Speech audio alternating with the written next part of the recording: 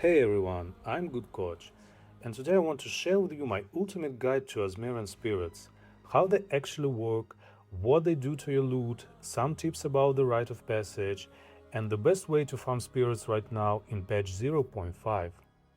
And by the end of this video, you will understand why this strategy is the most profitable and how you can even get a mirror drop. I've been farming spirits since League 0.3, and it all started because I really wanted to get my first Rite of Passage. I kept seeing other players get one on streams and Reddit posts. Meanwhile, I killed somewhere between 500 and 800 spirits that league and got absolutely nothing. I was so obsessed with getting these golden charms that in 0.4 I actually built my own strategy around farming spirits through Abyss, and by the end of that league I'd gotten 9 of them. I wrote a pretty detailed post about it on Reddit. If you want to check the exact numbers and setups, I will link it in the description below. And I discovered that a lot of people enjoyed it and wanted to know more about spirits. So that's why I decided to make this fully detailed YouTube guide, the kind that leaves no questions unanswered. Now, in 0.5, the whole farming method has changed completely. It's actually a lot stronger now, and I'll walk you through that later in this video. I will leave all the time codes below so you can jump straight to whatever part you need. But first, let's actually break down what the spirits are, how they work, and what you need to know about them before we get into any farming strategy.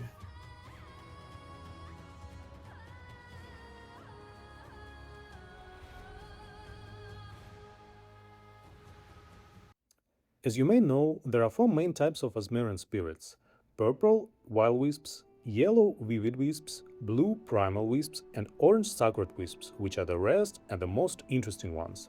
When these wisps fly past monsters or possess them, they apply a specific touch. This buffs the monsters and changes the loot they drop.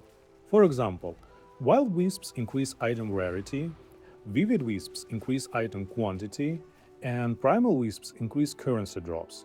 You can also combine these wisps on a single monster, which multiplies your loot massively. Additionally, you can see the empowerment percentage of a specific wisp right on the monster's HP bar. This value scales up to the maximum of 300%. So what is the difference between 50 and 300?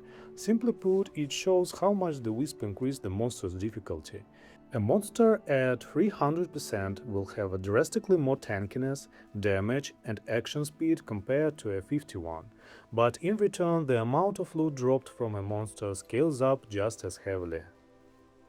Besides the ordinary wisps, you also have a chance to encounter the sacred spirits. There are three types of them: the spirit of the spring hare, the spirit of the cunning fox, and the spirit of the abyss. These spirits are relatively rare, but when they possess a monster, they can completely transform your map run, turning a single rare monster into a truly dangerous and potentially very rewarding encounter. The wisp of the spring hare is, in my opinion, by far the most desirable sacred spirit. Its first major feature is its effect on the loot of the possessed monster. The hare increases the rarity of the item dropped by the monster, and most importantly, it has a chance to override the monster's normal drop pool and convert its drops into a specific item type. This is why you can sometimes kill a hare-possessed rare and see the entire drop explosion filled with belts, shields, waystones, jewels, or another single category of items with different rarities. The hare also gives a possessed monster a 50% chance to revive when it dies, as long as the monster is not unique. This is one of the strongest and most interesting mechanics in the entire Azmeri system. Possessed rare monsters are already guaranteed to drop an additional rare item as part of the general possession mechanic, but the hare adds the possibility of bringing that monster back to life and continuing the encounter. This revival mechanic has a particularly strong synergy with the Atlas passive Sacred Sap commingled. Sacred Sap allows a monster possessed by a sacred spirit to also become possessed by another random Azmerian spirit. Because the hare can revive the same rare monster, it can efficiently give that mechanic another opportunity to add spirits to the same target. In other words, the hare's revival can act as a multiplier for a number of spirits accumulated on a monster. There is also an important practical detail that many players do not realize. During my own testing, I found that the hair appears to require the monster's corpse in order to revive it. If the corpse disappears after the monster dies, the hair has nowhere to re-enter the monster. For example, if the corpse is destroyed by freeze and shatter, or if you are using mechanics such as Palm of the Dreamer that prevent a corpse from remaining, the hair cannot revive that monster. So if you are deliberately farming sacred spirits, keep this in mind. If your build uses something like Comet with Freeze, it may be worth removing or avoiding the corpse destroying part of the setup while farming wisps. Now let's talk about the spirit of the cunning fox. The fox is primarily about upgrading the monster itself. As the fox passes through monsters, it can increase their rarity, upgrading normal monsters to magic, magic monsters to rare, and ultimately turning a rare target into a unique monster when the fox possesses it.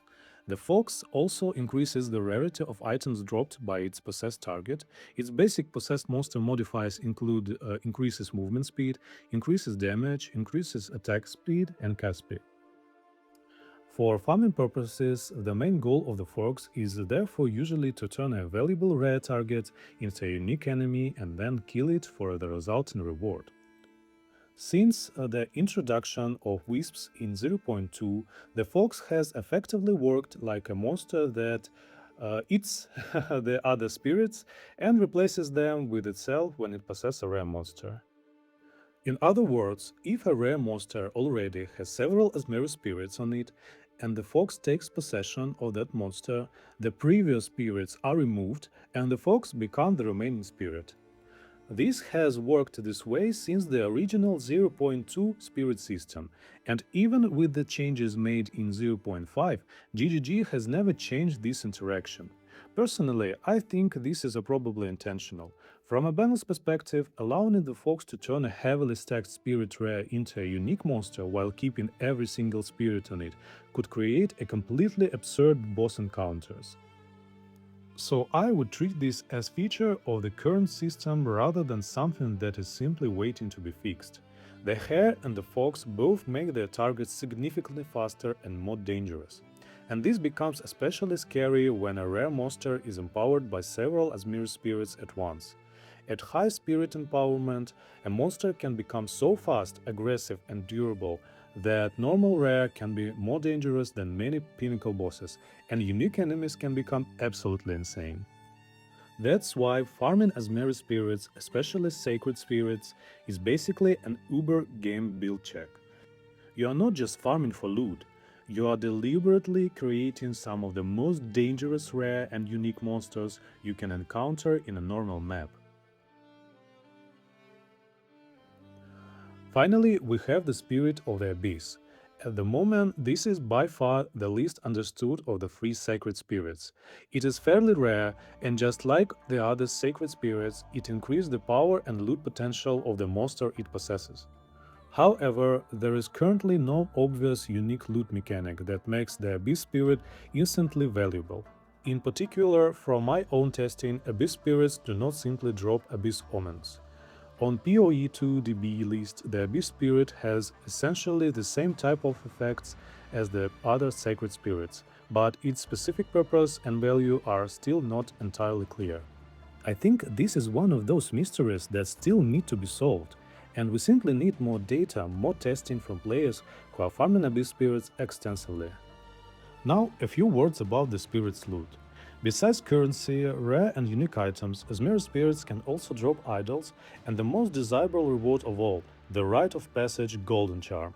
I won't go into too much detail about idols. Certain spirits can drop specific idols that can be socketed into your equipment, and some of the most valuable ones at that moment are probably the Fox Idol and the Rabbit Idol. The Rite of Passage Golden Charm works in a similar way. Depending on which spirit possessed the monster you killed, the charm can come with the corresponding spirit effect. For example, the cat version gives you a huge critical strike chance bonus, while the serpent version allows you to poison enemies. The charm itself also grants 15 increased rarity of items found.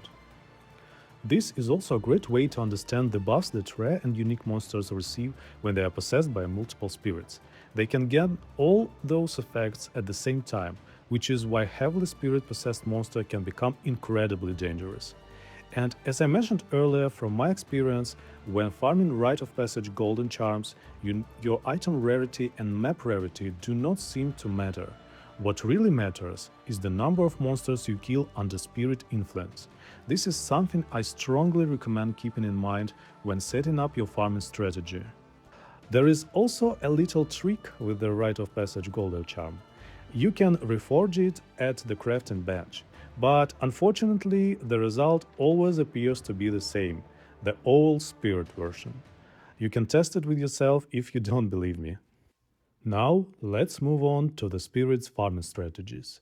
I have tried almost every strategy in the game related to Azmeri spirits, so I want to briefly go over some of the strategies I used in the past before getting to the main strategy I use today. Since 0.3, I have been trying to farm my Rite of Passage. At first, I experimented with farming rares and bosses under spirits, but unfortunately, those strategies were not very successful. In 0.4, GGG introduced Abyss tablets, and I realized that you could use them to multiply spirits on rare monsters near Abyss encounters. The idea was quite simple. I maximized the number of spirits on map using 2 Overseer tablets with +2 spirits and 1 Abyss tablet with +1 spirit on it. On this map, I was passing through all the checkpoints, killed every rare on my way except Abyss rares, and killed the boss. After killing the boss and collecting all checkpoints, I could see remaining rares and wisps on the map. Finally, I brought all wisps to the Abyss rares and killed them with as many spirits stacked on them as possible. This was extremely powerful because every time you killed a spirit-possessed monster, there was also a 25% chance to release its spirit, allowing you to effectively multiply the numbers of spirits on map. For this strategy, the best Abyss monsters were Ulaman and Kurgol because of their special Abyss modifiers. The Ulaman modifier could split a rare monster while preserving multiple spirits on a newly created monster, while Kurgol could revive a monster with the same number of spirits it had before dying. This made it possible to create some absolutely insane spirit-possessed monsters. There was also a very cool interaction with Amanamo, which increased the quantity of omens dropped from a single rare monster. Unfortunately, GGG later released a patch that prevent omens from being multiplied from the same monster. This happened after some Chinese players abused that mechanic together with the Delirium Fog bug. While farming this strategy, I managed to drop 9 golden charms, and I discovered something very important. Item rarity does not seem to affect the chance of getting a Rite of Passage.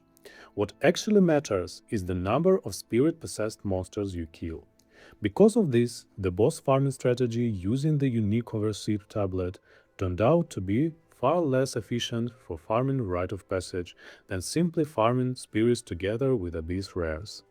In patch 0.5, GGG announced that Azmeri spirits would be able to possess strongboxes, and I immediately realized that this was going to be my main farming strategy for that league. Unfortunately, the mechanic did not work as intended at launch. In order for the spirits to possess the rare monsters coming out of the strongbox, there had to be only one spirit inside the strongbox. If multiple spirits entered the strongbox, the monsters were not empowered at all and the spirits simply disappeared. However, after a few patches, GGG changed this mechanic, without mentioning the change anywhere in the patch notes. Now, all spirits that enter a strongbox will possess the monsters that spawn from it. This opened up, in my opinion, one of the most broken and dangerous farming strategies in the game right now, with the potential to generate an enormous amount of loot and even potentially lead to a mirror drop. And this is exactly the strategy I want to show you. To farm spirits together with strongboxes efficiently, you need to prepare your maps, atlas, masters, and stash properly. For the maps themselves, we are going to use 200% Delirious cities. We need the Delirium Fog to boost the loot from the monsters spawned by the storm boxes. For the map itself, I recommend using Azmeri City. The reason is that we are taking the Atlas passive that turns all cities into the grass biome. Grass is important for this strategy because it works together with Whisper of the Waving Grains, which gives us 50% increased chance for Sacred Wisps to appear. And Sacred Wisps are our main target for every map. There are also several important Atlas passives that we want to take. Sacred Sap Commingled is the node I mentioned earlier. It allows sacred spirits possessions to create additional spirits, which is extremely important for multiplying the numbers of spirits in our targets. Unseen Rivers Vivid is another very important node because the most valuable golden charms come from vivid spirits, specifically the cat, stag, and wolf spirits. We also want Living Metal, which allows Azmeri spirits to seek out and possess strongboxes. Pandora's Box make possess strongboxes release the Azmeri spirits when the strongbox is opened, which is another important part for our strategy. For the Grass Cluster, I take Grass Mastery Effectiveness. We also want On the Wind stability to make our spirits remain longer on our maps. For Overlord influence, you have a choice between the Strongbox path and the Azmeri Spirits path. The same applies to the Chosen path. For Overlord domain, I personally choose the Rogue Exiles path. And finally, we need to take a Deadliest Hunt. For our Atlas Master, I use Hilda. The most important node here is Call of the Spirits, which help us multiply our spirits by killing possessed bosses and rogue exiles. We also take Claimed Territories, which improves the effectiveness of our Overlord influence nodes. Then we take Lethal Adaptation for additional effectiveness, and for the final passive you have some freedom depending on your preferences. But personally, I think Breeding Season is still the best choice for this strategy. For the map tablets, we are going to use Overseer tablets with two modifiers, plus 2 additional Azmeri spirits on map with bosses, and plus 2 strong boxes on maps with bosses.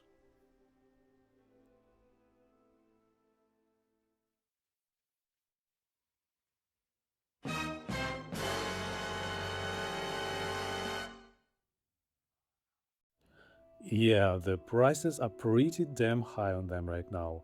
But don't worry, these are the perfect tablets, and I will show you how to buy or craft much cheaper versions. I usually buy tablets with either additional Strongbox or additional Azmeri spirits as a suffix. You can use these tablets if you don't have a lot of currency, just use a Divine Orb to roll them to +2 and that's it. But I'm targeting a mirror drop, so I don't care about the currency I spend. I'll just go cast spawn them until I hit good modifiers.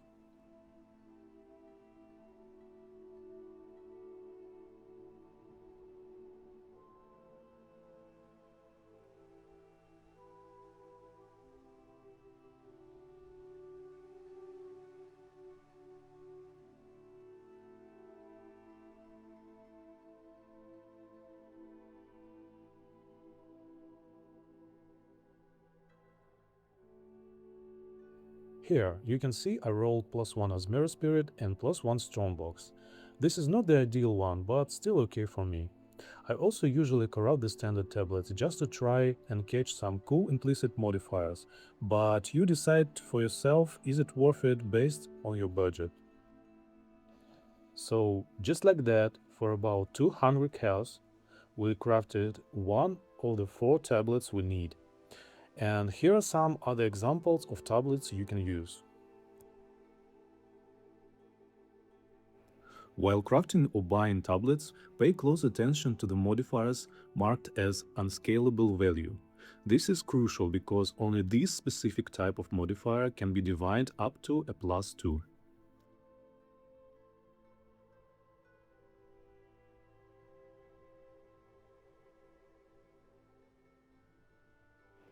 For the Waystones, I will use tier 15 Waystones with the maximum possible monster rarity. This is the absolute key for this strategy, because high monster rarity will increase the number of rare monsters spawning from strongboxes. To craft these Waystones, we need to get 5 modifiers on them. After that, activate 3 omens at the same time: the omen of the chaotic effectiveness, chaotic rarity, and chaotic quantity. Then just hit the Waystone with a Chaos Orb and Exaltor. And that's it. The Waystone is ready. Of course, you can corrupt it to try to get a tier 16, but honestly, I usually don't care too much about that. Now let's move on to the actual map run. When you enter the map, the first thing you want to do is to clear the entire map of monsters. I usually kill the boss as well, just to make sure I have seen every encounter of the map. There will be also rogue exiles. I usually try to keep them alive because they can collect all the spirits released from the monsters we kill. I use them as a safety net so that I don't accidentally lose my Sacred Wisp. Once you kill the rogue exile, it will release all the wisps it had collected thanks to the Hilda's mechanic. With the map cleared, we can start gathering the spirits and bringing them into our strongboxes.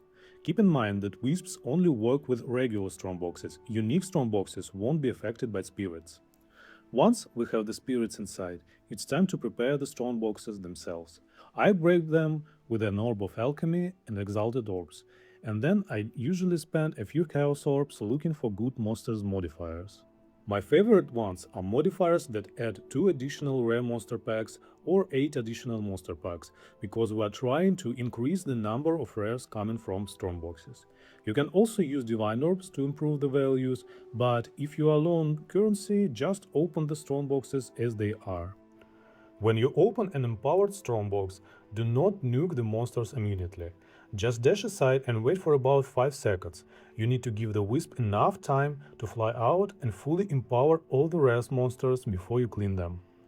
At this point, our main goal is simple: find a Sacred Wisp and get it into one of our strongboxes.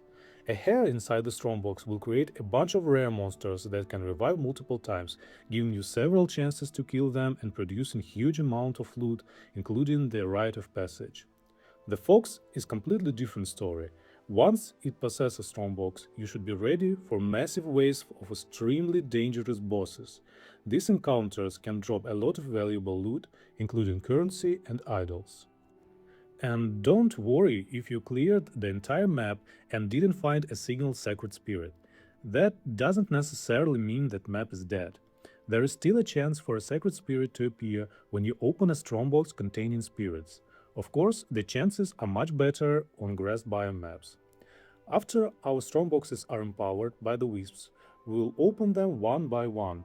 I usually start with the most empowered one, or the one that has a sacred spirit in it.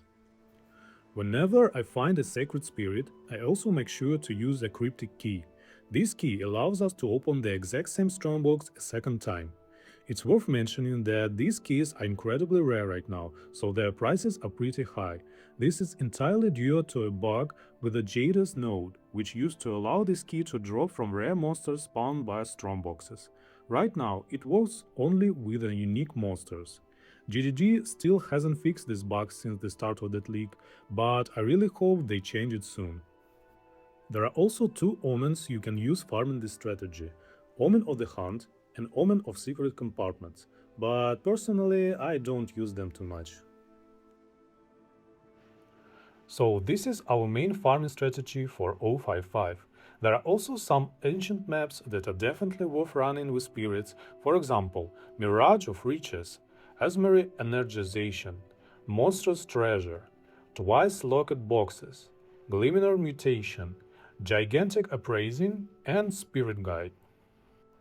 As you can see, a completely ordinary map can turn into absolute chaos and pure fun, packed with dangerous bosses and insane amount of loot. That's why I recommend you to use an uber strict filter. Honestly, I consider this a massive stress test for your build. Personally, this farming strategy has dropped me a huge amount of tier 1 and tier 0 uniques, 2 hand hunters and a ton of golden charms, more than the half of which I already sold. And this guy on Reddit, for example, even got a mirror drop. I'm absolutely confident that I'll keep running this strategy until a mirror drops for me too, because with the sheer volume of loot you get from this is honestly just a matter of time before it drops. With upcoming patch 055, this farming method is going to be an absolutely incredible, and I really hope many of you try it out and get as much joy and currency of it as I did. So that was my ultimate Azmeri Spirit Guide. I'll definitely be posting more Wisp farming content here on this channel and on Reddit, just like I did before. Thank you guys so much for watching. I hope you found it helpful and enjoyed it as much as I enjoyed creating it. If you want to support me, I'll leave a link down below. Please drop like and leave a comment. I'd be more than happy to answer your questions, and I'll see you in the next one.